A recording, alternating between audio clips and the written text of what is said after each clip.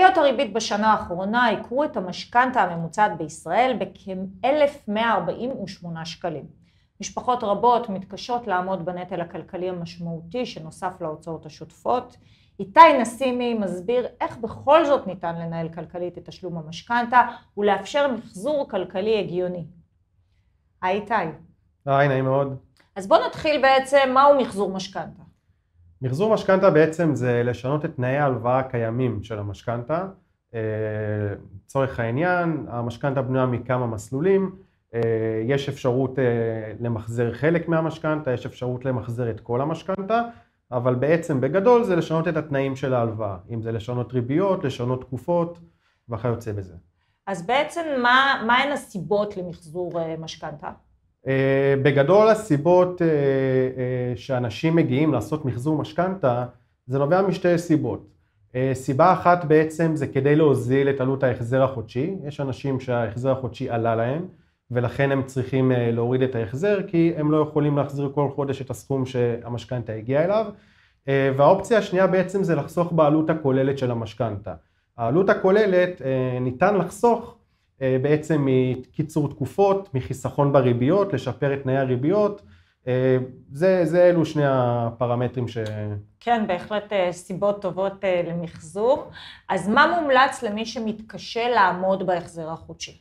מי שמתקשה לעמוד בהחזר החודשי בעצם צריך לעשות תכנון מחדש של המשכנתה, לבצע פריסה מחדש, אולי להאריך תקופות, אולי לשנות מסלולים עם ריביות נמוכות יותר ובכך להוזיל את ההחזר החודשי.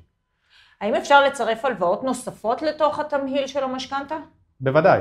ניתן להוסיף, אם יש לכם הלוואות על רכבים, הלוואות לכל מטרה, חופשות, עזרה לילדים, כל מטרה שלקחתם לשמה הלוואה, אתם יכולים להכניס אותה לתוך המשכנתה, ובעצם בכך גם לחסוך בעלויות של ההלוואה עצמה, גם בריביות שלהם, וגם בעצם להוריד את ההחזר החודשי של ההלוואות. זה יכול להקל בצורה משמעותית, ואפילו להוריד בכ-50% את ההחזר החודשי.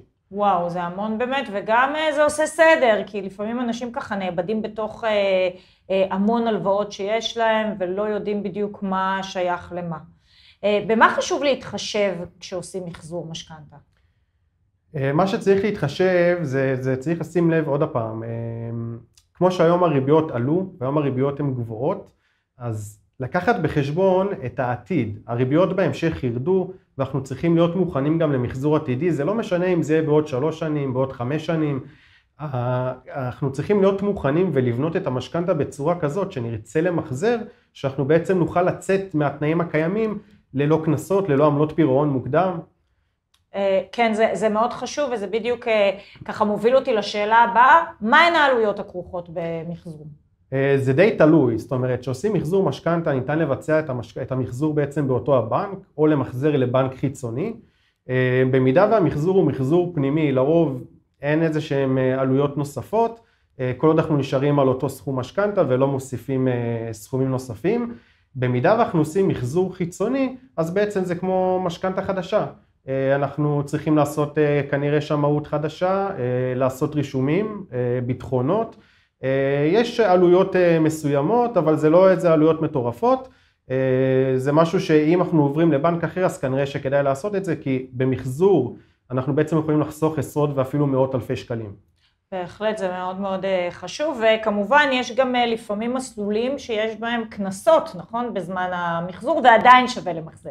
נכון, יש מסלולים שיש בהם קנסות, הקנסות זה נובע בעצם מהפרשי ריביות, התקופה שנשארת לסיום המשכנתה, ועל מסלולים מסוימים, זאת אומרת יש מסלולים שיש בהם עמלות פירעון מוקדם, שזה בעצם קנסות, כמו מסלולים קבועים, יש מסלולים שהם משתנים ויש תחנות יציאה שבהם אפשר למחזר, לשנות את תנאי ההלוואה ללא שום קנס, ללא שום עמלת פירעון מוקדם, ויש מסלול כמו פריים שתמיד אפשר למחזר, לשנות, ואף פעם זה לא כרוך בעמלות פירעון מוקדם.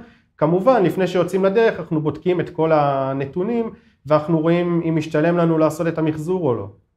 וחשוב לומר, בדרך כלל, אם אפשר להחזיר סכום גדול יותר כל חודש, אם אפשר לעמוד בזה, אז תמיד קיצור התקופה גם חוסך סכומים ניכרים, נכון?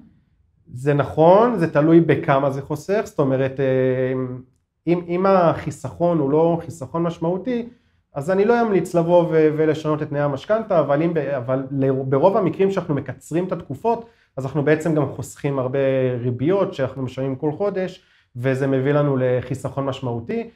בדרך כלל במשכנתאות, ככל שנחזיר יותר כסף, כמובן בבנייה נכונה של המשכנתה, אז אנחנו נשלם בסוף פחות לבנק.